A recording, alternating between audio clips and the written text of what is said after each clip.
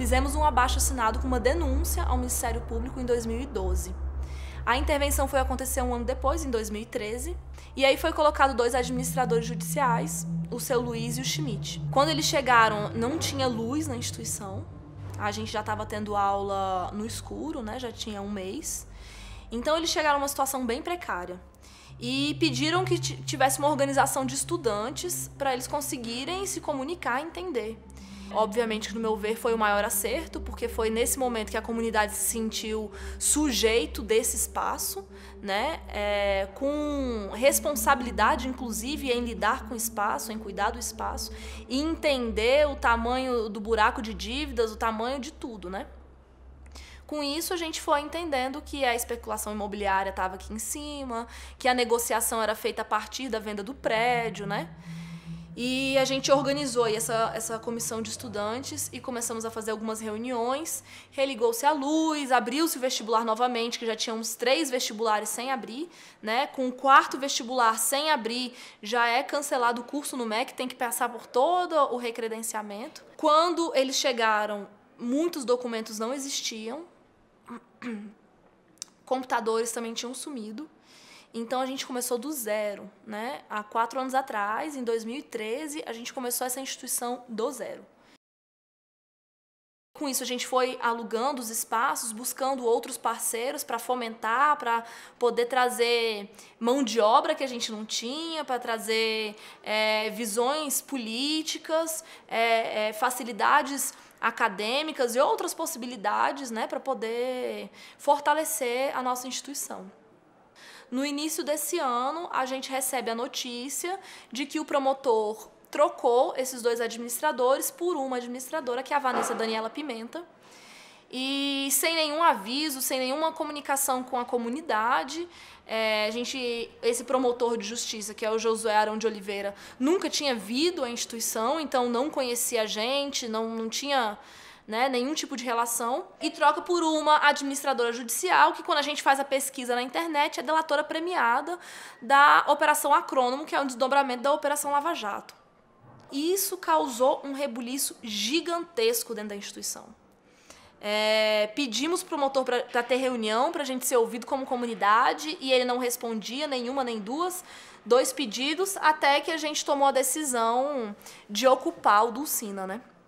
Então, a gente foi fazendo essas mobilizações todas e conseguimos fazer agora, nesses últimos meses, a eleição do conselho pela comunidade e com uma administradora judicial que foi indicada pela nossa comunidade.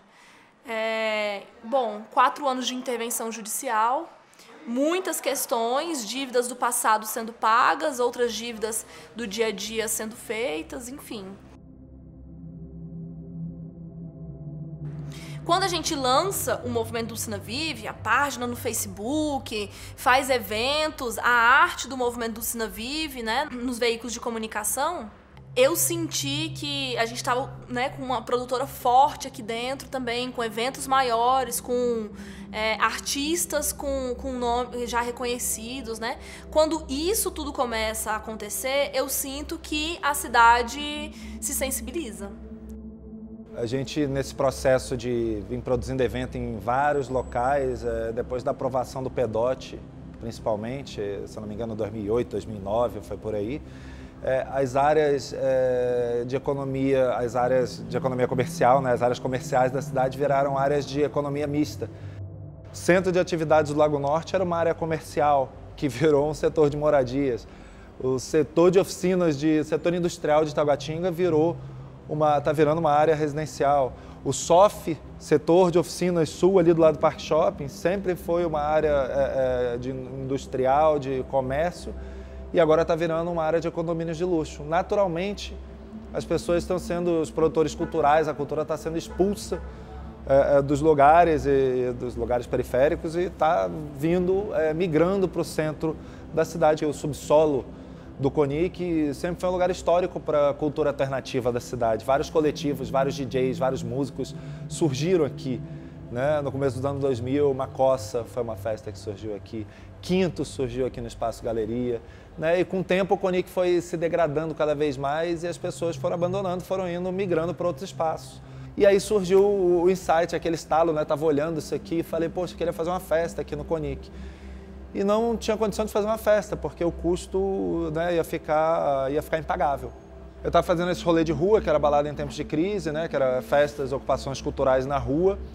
E isso acabou sendo, né, o embrião do que ele viria a ser o Subdulcina. A gente estava procurando espaços alternativos para cultura underground, para trabalhar com produtores que teriam condições de fazer eventos a custo baixo, né, ao custo mais baixo possível. E aí a gente veio, deu uma volta aqui embaixo do prédio no fim de 2015 e comecei a pensar, aqui não tem banheiro, aqui não tem luz, né, então tem que alugar gerador, tem que alugar banheiro químico. A gente já colocou mais de 1000 artistas para tocar aqui, em mais de 200 eventos. Isso é muita coisa, deu uma repercussão muito boa. Por exemplo, a Secretaria de Cultura, pela primeira vez na história do Distrito Federal, abriu um edital específico para o CONIC, para o Setor Comercial Sul, né, que também passa por esse processo de revitalização. Isso é muito legal, cara, porque a gente conseguiu trazer os pequenos produtores, os médios produtores, e hoje você chama a atenção de toda a juventude da cidade, que se acostumou a vir para o CONIC, sabe? É muito legal você ver a galera chegando por aqui de ônibus, coisa que você não vê em outros espaços na cidade. Você não vê uma festa no setor de clubes e a galera chegando de ônibus. Por quê? Porque não chega ônibus lá. Muito menos sai.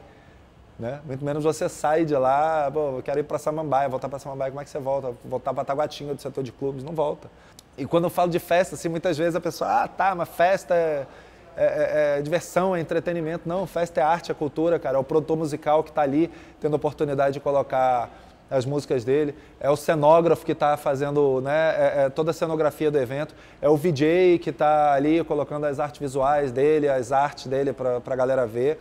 E eu espero que isso tudo, né, oxigenando a Fundação Brasileira de Teatro, o Dulcina, e essa nova fase do CONIC possa desmistificar um pouco o centro, né? O CONIC sempre foi muito estigmatizado como lugar da droga, lugar da prostituição.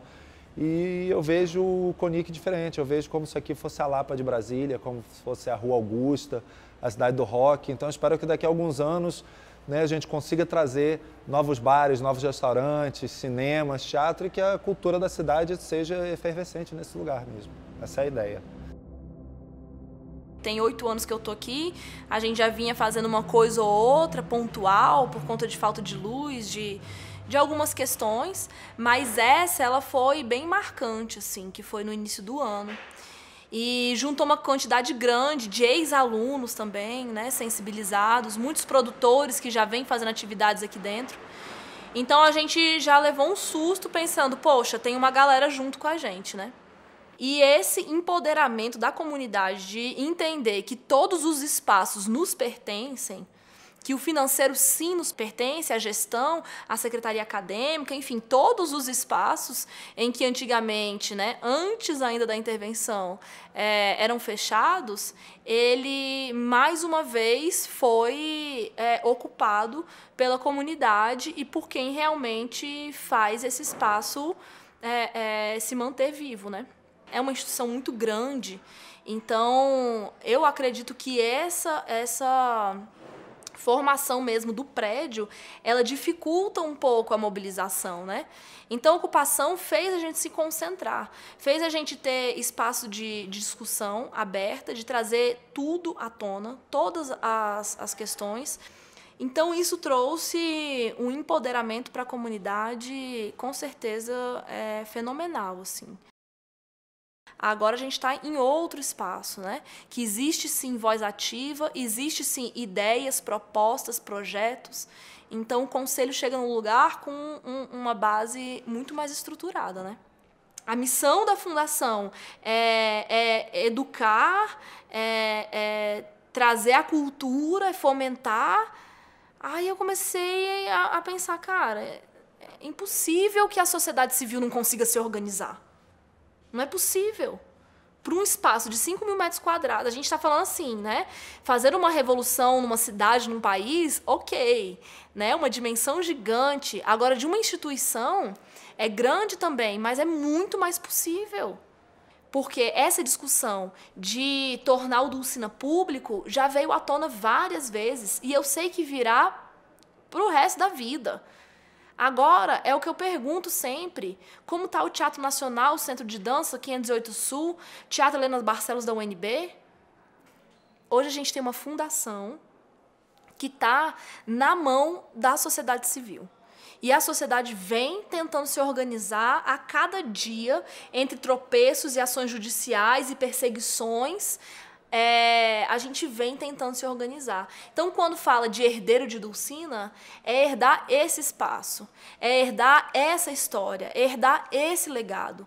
E o que a gente tem para fazer com isso? A gente tem um movimento Dulcina Vive, é chamar a comunidade para estar junto. A gente tem um projeto de reforma desse prédio inteiro. A gente tem um projeto de inventariar todo o acervo da Dulcina, que é o histórico do teatro brasileiro.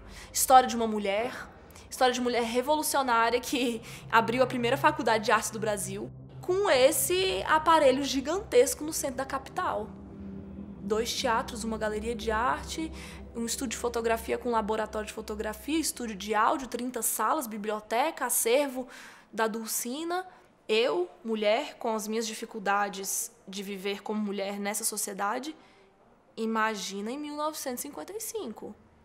O que ela fez, o que ela precisou fazer, aonde ela esteve para abrir esse lugar, né?